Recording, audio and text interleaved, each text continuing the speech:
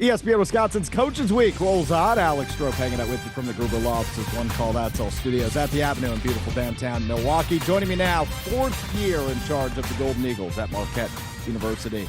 It is the great Shaka Smart joining me now on Coaches Week. Shaka, I think it's hard to believe how quick the offseason flies by. I think that's been a common theme while I talk to these coaches. I know you're just getting back from New York for Big East Media Days. Has it hit you that the season's already here? Yeah, we've been waiting. We're excited.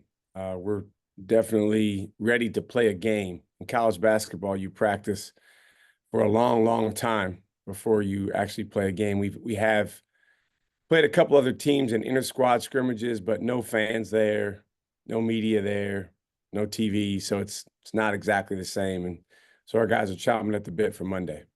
Yeah, let's talk a little bit about some of those scrimmages and some of the offseason programs. So my understanding is Oklahoma and Missouri were the quote unquote secret scrimmages. What were your takeaways as the head coach from your squad, playing obviously some Power Five competition? It was great to get a chance to play, with officials against, another team. In both cases, we went, away from Milwaukee for the scrimmages, so a chance to travel and replicate going on the road. Certainly not in midseason form, but we had a lot of guys that did a lot of really good things. And it was terrific for, again, replicating some of the game adversity that you see, whether it's, guys missing shots at times, the other team going on a run, calls you don't like. Those are things that, you try to simulate in practice, but it's better when you're playing another team.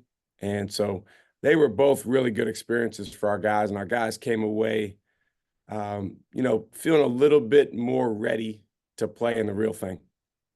That's good, right? Obviously, that's what you want as the head coach. When you walk away from those, say, okay, we're actually further along than I thought we were, which is always a good sign. I know you've been asked this question 100 times this offseason, Shaka, but I think it's important to note how rare it is in this era of college basketball is the continuity and the retention that you have on your squad, right? I just got done talking to Greg Gard. He lost 8 guys in the transfer portal. You lost 0. How do you maintain a roster in this modern era of college basketball so well? I know you chalk it up to relationships, but how do you maintain relationships that way that leads Marquette to have no turnover coming off of a Sweet 16 run? Well, don't take this the wrong way, but I could tell you, but you really wouldn't understand. um, Although if we talked about it for several hours, you probably would understand better. We value relationships, growth, and victory. We believe Marquette's a special place to be a basketball player or a basketball coach. And so we feel like if we do a great job pouring into our guys and really living out those 3 core values every single day, and by the way, they're highly related to each other. It's not like they're separate. The relationships you have absolutely impact your growth on and off the court. As we know, they impact your ability to go win, the way you feel about each other. How much you grow obviously impacts winning, and it impacts relationships. When you go through special experiences together, you go through the fire, if you will, and you come out stronger on the other side. Those are bonds that last forever. And then again, winning speaks for itself. When you win, the teams that come back together after 50 years are the teams that won. The teams that, have, each other in their weddings are the teams that went through special experiences together and grew together. So that's our way. We think our guys have very good experiences here. We try to curate that the best we can. Our guys are going to a players-only dinner tonight. Little things like that. It's a drip-by-drip approach. And it doesn't guarantee anything.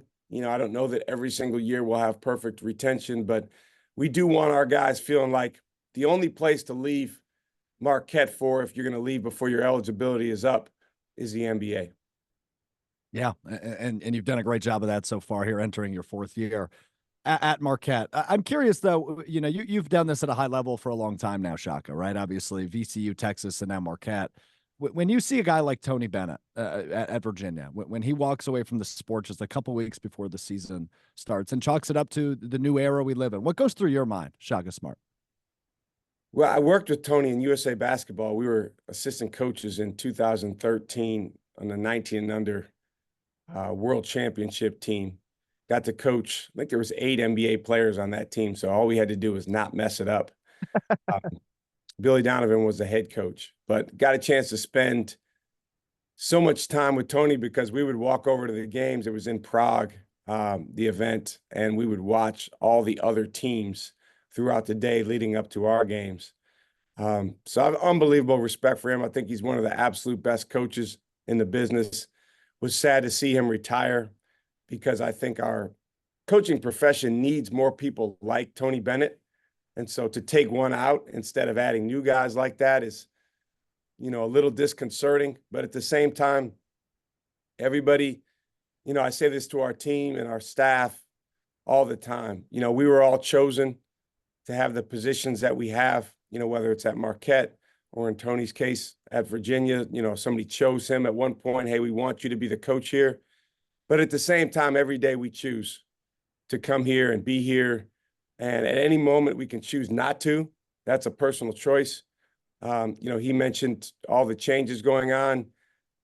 It definitely can be disorienting as a coach because, you grew up in one way of doing things, and certainly our model has been turned upside down. I won't even get into what's right or wrong, but I think the key is, just being able to adjust the best you can. I'm hopeful that Tony Bennett will get back into coaching at some point because he's a star, and we'd love to have him in this profession, but certainly wish him the best while he is retired. While he is retired, keywords there, while, right?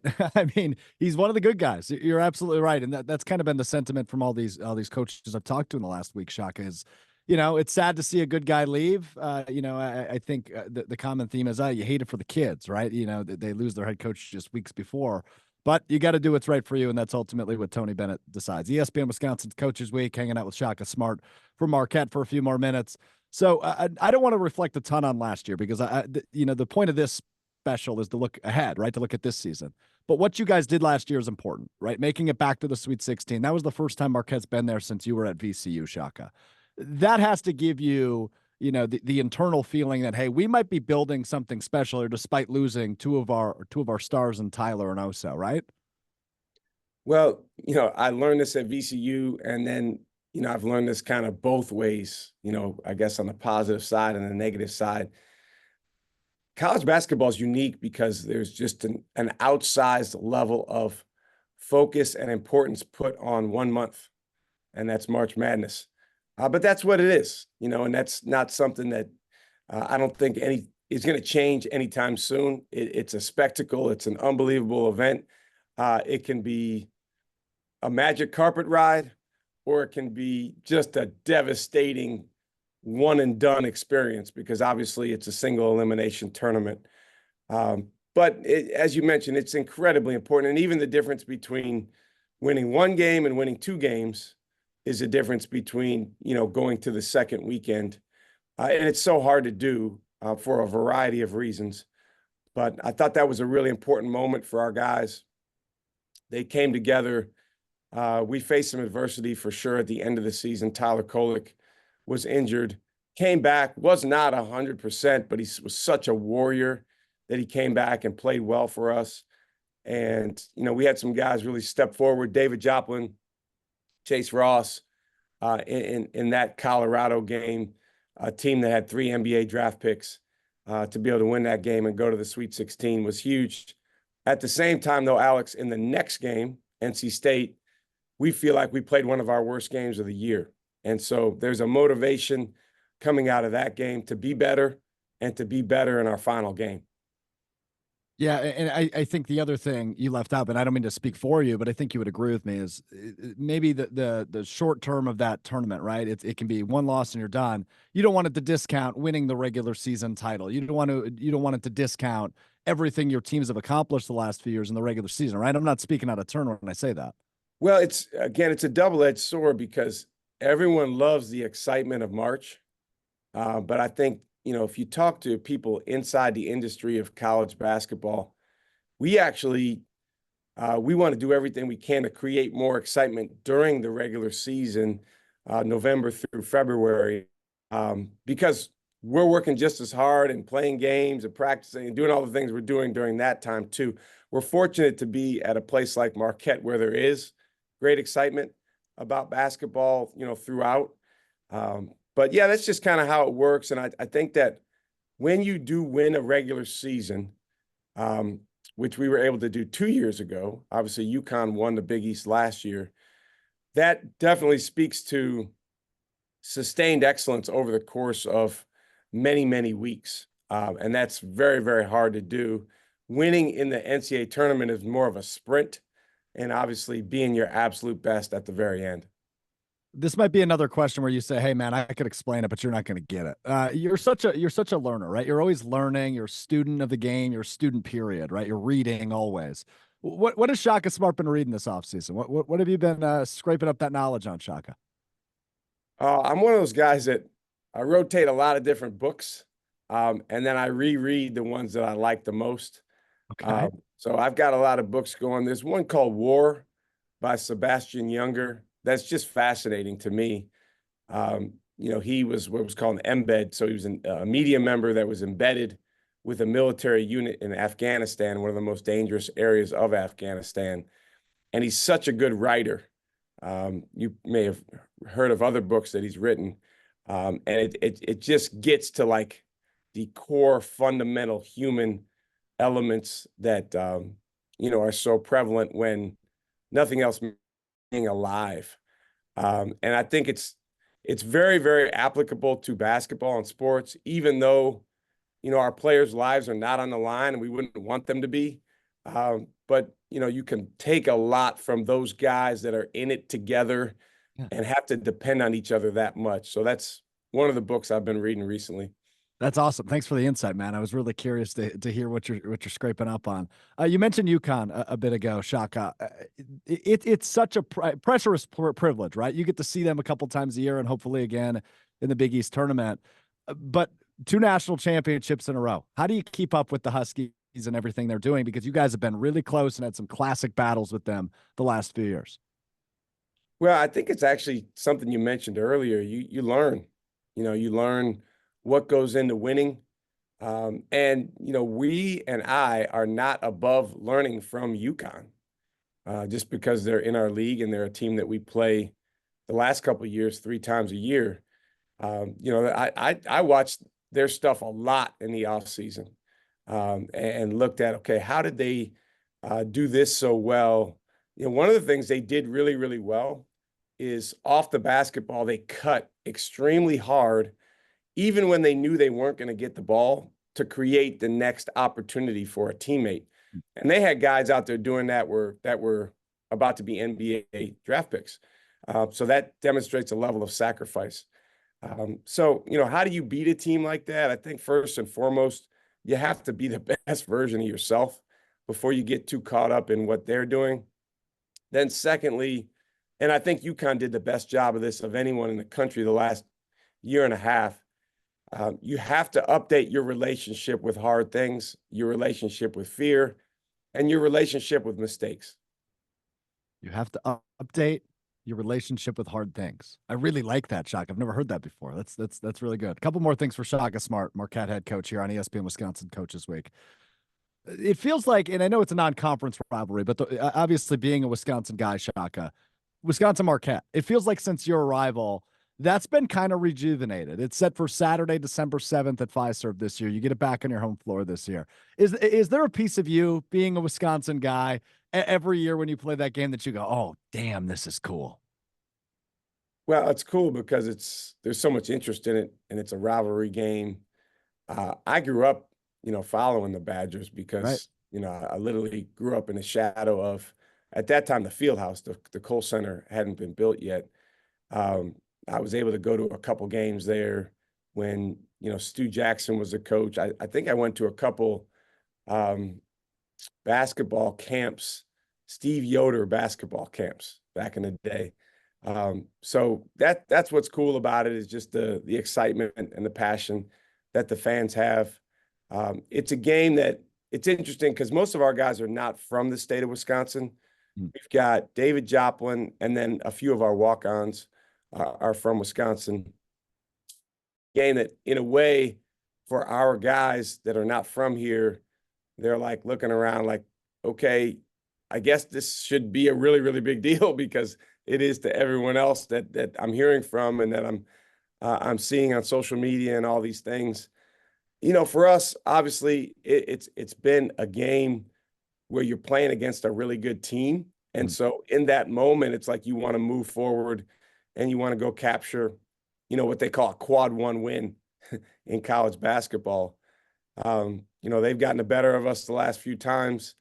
When we get to that game, it'll certainly be, one that we're super excited about and want to pour everything we have into.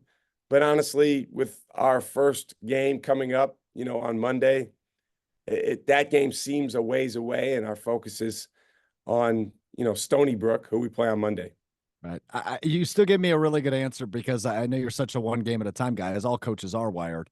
But I asked you before the season started, so I got a good answer out of you. I'm proud of that one. Shaka, I got to ask. I've always wondered this because you coach with so much intensity. You get down in a position oftentimes, it's like a defensive stance. I oftentimes refer to it as Shaka's crab stance. Do you have a nickname for your like crouch you do on the sideline? I've always wondered this.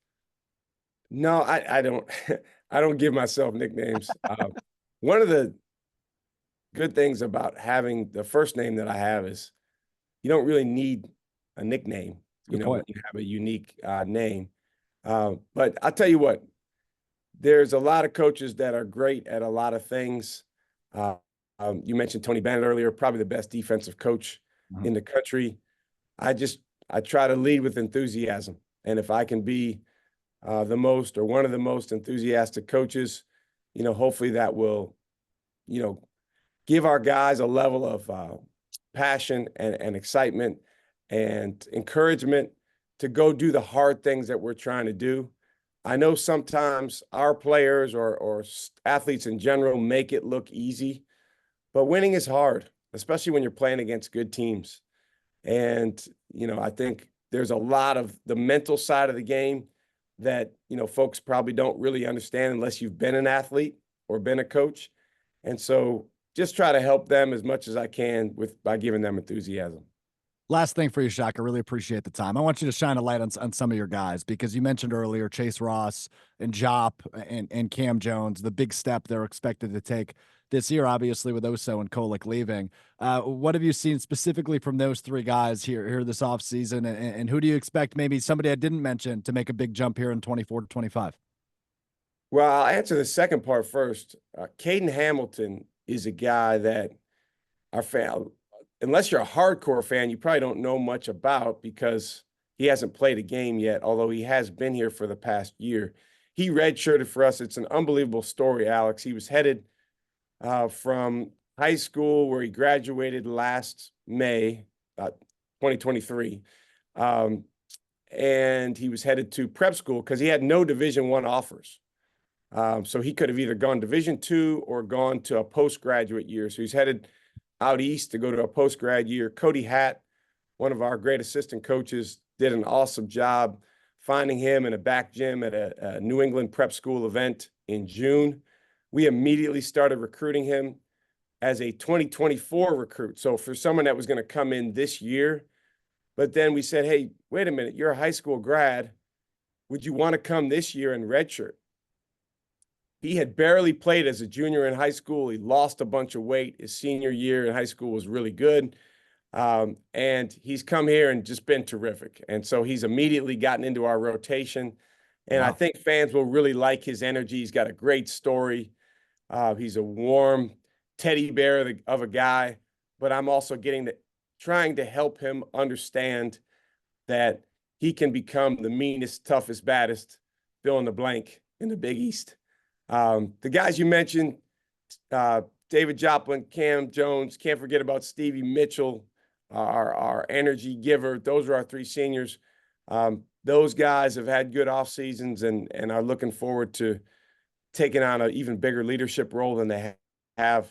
And then Chase Ross, Ben Gold, those guys will be our two other starters. Chase in particular, he's been terrific. I wish we had 5 Chase Rosses. He's an absolute warrior. He's a guy that multiplies his teammates in so many different ways. He's a rare player, Alex, in that I don't think he knows how good he really is. You know, he's just so unassuming. And so part of my job is to get him to understand how special he can be. But he's coming, and he's going to have a really good season. Fantastic stuff from Shaka Smart, the head coach at Marquette, entering his 4th year. Season tips off Monday against Stony Brook, as he mentioned. Shaka, this was awesome, man. Really appreciate the time. Thank you, Alex. Look forward to talking to you again.